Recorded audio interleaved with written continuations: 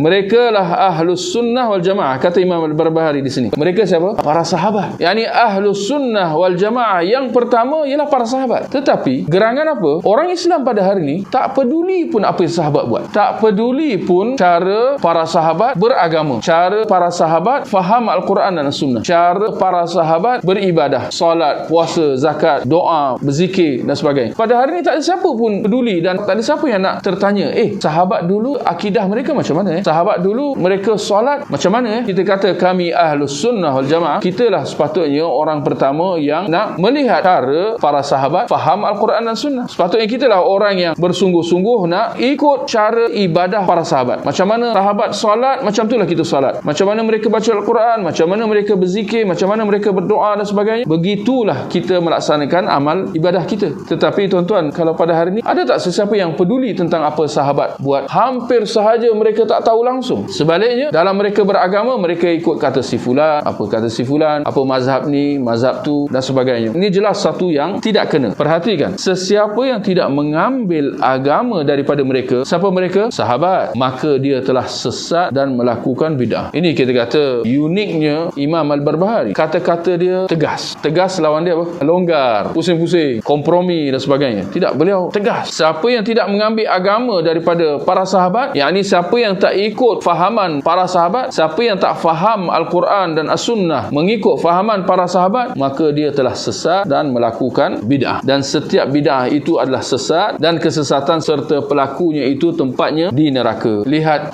ancaman dan penegasan yang diberikan oleh Imam Al-Barbahari dalam ucapan beliau ini. Yakni barang siapa yang tidak berpegang dengan fahaman para sahabat, sedangkan para sahabat itulah yang telah menukilkan Al-Quran dan As-Sunnah kepada kita. Mana kita dapat Al-Quran? Dari mana kita dapat hadis? Kalau bukan dengan melalui jalan para sahabat. Kalau para sahabat tidak ada, apakah agaknya Al-Quran sampai kepada kita? Apakah hadis boleh sampai kepada kita? Jawapannya tak mungkin. Al-Quran telah dijaga dan disampaikan kepada kita oleh sahabat. Demikian dengan hadis. Kalau tuan-tuan baca dalam satu hadis, hadis dia ada dua benda, ada dua bahagian. Ada sanad dan ada matan. Sanad yakni perawi dia. Siapa perawi? Imam Bukhari diriwayatkan daripada siapa sampai kepada Rasulullah sallallahu alaihi wasallam. Ini dinamakan sanad. Matan yakni isi hadis yang diucapkan atau yang dilakukan oleh Rasulullah sallallahu alaihi wasallam. Tuan-tuan ambil maklum bahawa dalam sanad tu mesti ada nama sahabat. Kalau dalam sanad satu hadis itu tak ada nama sahabat, maka automatik hadis itu akan dikira sebagai dhaif. Dhaif dikira tak sabit. Hadis itu tak sabit daripada Rasulullah sallallahu alaihi wasallam. Kenapa? Kerana nama sahabat tidak ada. Maksud di sini tuan-tuan, kalau sekiranya kita terima Al-Quran dan As-Sunnah itu daripada jalan para sahabat, bukankah wajar juga kita terima Al-Quran dan As-Sunnah itu ikut fahaman para sahabat juga? Sebab kita dah percaya para sahabat kan dalam meriwayatkan Al-Quran dan As-Sunnah. Mengapa kita tak percaya fahaman para sahabat itu? Mengapa kita nak terima Al-Quran dan As-Sunnah tu, kemudian kita kata saya ambil Al-Quran dan As-Sunnah saja, tapi fahaman engkau saya tak nak ambil. Fahaman engkau tu engkau simpan untuk engkau sendiri. Aku akan faham Al-Quran Sunnah itu ikut fahaman aku sendiri. Maka kita kata itu jelas sesuatu perbuatan yang tidak wajar. Dan kerana itu perkara ini ditegaskan oleh Imam Al-Barbahari di sini. Beliau kata sesiapa yang tidak mengambil agama daripada mereka, maka dia telah sesat.